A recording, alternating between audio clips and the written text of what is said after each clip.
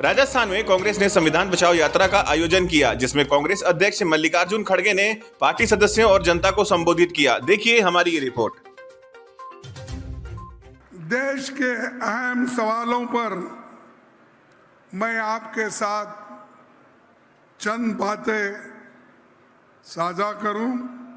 इससे पहले पहलगाम में जो आतंकी हमले मारे गए लोगों को श्रद्धांजलि अर्पित करता हूं, क्योंकि ये इनोसेंट लोग, बहुत से लोग टूरिस्ट, कश्मीर सेफ है, कश्मीर हमारा है, ये उद्देश्य से वहाँ देश के कोने कोने से लोग वहाँ जाते हैं।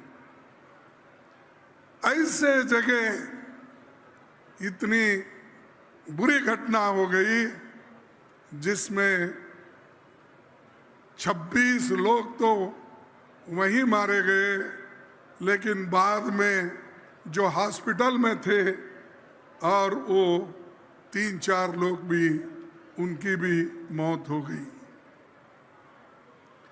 ये जो है होने के बाद मैंने बेंगलुरु से एक प्रेस कॉन्फ्रेंस करके कहा था कि all party meeting prime minister बुलाना चाहिए। और जब हमारे स्वाभिमान पे धक्का गिरता है तब देश को एक रखने का काम सभी लोगों का है। इसीलिए मैं बेंगलुरु से एक प्रेस कॉन्फ्रेंस में कहा कि प्रधानमंत्री ये सबको बुलाए और उनकी बात सुने, आगे हमको क्या करना है ये भी वो कहें। वैसा ही हम तुरंत CWC की मीटिंग बुलाई। वहां पर राहुल गांधी जी, सोनिया गांधी जी और सभी हमारे वर्किंग कमेटी के मेंबर थे, उन सबको हम तुरंत बुलाकर वहां पर हमने ये कहा कि तुरंत सर्वदलीय मीटिंग बुलाना चाहिए। और हमको ये सरकार को हमने ये भी कहा, इस कठिन समय में हम सब एक होकर सरकार के जो भी एक्शन होंगे उसको हम कोऑपरेट करेंगे। लेकिन हमारी ये देश की बदकिस्मती है, सब पार्टी के लोग आए लेकिन उस मीटिंग में मोदी जी नहीं आए। यह शर्म की बात है। देश के स्वाभिमान को जब धक्का हो रहा, आप बिहार में चुनावी भाषण करते हो और यहां पर दिल्ली में नहीं आ सकते आप? क्या दिल्ली दूर है आपको बिहार से? बात तो बड़े बड़े करते हो, मेरी 56 इंच छाती है, मेरी वो है, ये है, मैं वो लड़ूंगा, घर में घुसूंगा।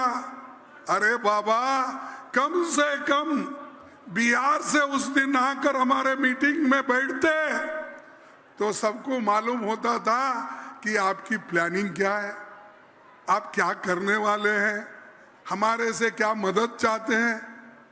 हम तो मदद खुले आम सभी पार्टी के लोग दे रहे, इसके बावजूद भी आपने कभी उधर नजर डालने की कोशिश नहीं की। ये बीजेपी और प्रधानमंत्री का ये एटीट्यूड है। और हमारे तरफ से जाकर राहुल गांधी जी भी श्रीनगर में जाकर लोगों से मिले, घायलों से मिले, बातचीत किए। लेकिन मोदी साहब ऐसे मीटिंग में नहीं आते और बड़े बड़े बात करते हैं, इसीलिए मैं इस वक्त ज्यादा उनको टोकना नहीं चाहता। लेकिन आप दिमाग में रखिए, सबसे बड़ा देश है, उसके बाद पार्टी होगी, धर्म होगा, सबसे देश बड़ा है। देश के लिए सब लोग एक होना चाहिए, क्योंकि इस देश की आजादी तो आप ला नहीं सके, लड़ नहीं सके, आप कोई खून बहा नहीं सके। ये कांग्रेस ने लड़के सूली पे चढ़ के लाखों लोग अपना खून, घर बर्बाद करके, विद्यार्थी जीवन छोड़ के देश को आजादी दिलाए। तुम आज बैठे हो, क्यों बैठे हो, कैसा बैठे हो? इस देश का संविधान डॉक्टर बाबा साहब अम्बेडकर ने बनाया, उसी लिए एक मामूली सा आदमी भी, चाय बेचने वाला भी इस देश का प्रधानमंत्री बन सकता है। और मेरा जैसा आदमी जो एक मिल वर्कर का बेटा है, वो अपोजिशन लीडर बन सकता है, वो कांग्रेस प्रेसिडेंट बन सकता है। तो ये चीजें आप मत भूलिए। अगर देश बचा, संविधान रही, तो ही आप लोग प्राइम मिनिस्टर बनेंगे, होम मिनिस्टर बनेंगे, फलाना बनेंगे। मैं आरएसएस वालों को भी यही कहना चाहता हूं, भाइयों, तुम जो नाच रहे हो, हर शहर में करोड़ों रुपए की जायदाद बना रहे हो, कहां से बनाए भाई? किधर से आया आपको? इतने संस्थाएं तुमने बनाए, हर संस्था को बिल्डिंग, हर जगह बड़े बड़े करोड़ों रुपए के बिल्डिंग, हजारों एकड़ जमीन आपने ली, कहां से आ गए? और दूसरा, या कोई पार्टी का फंक्शन होता है, जब हमारा फंक्शन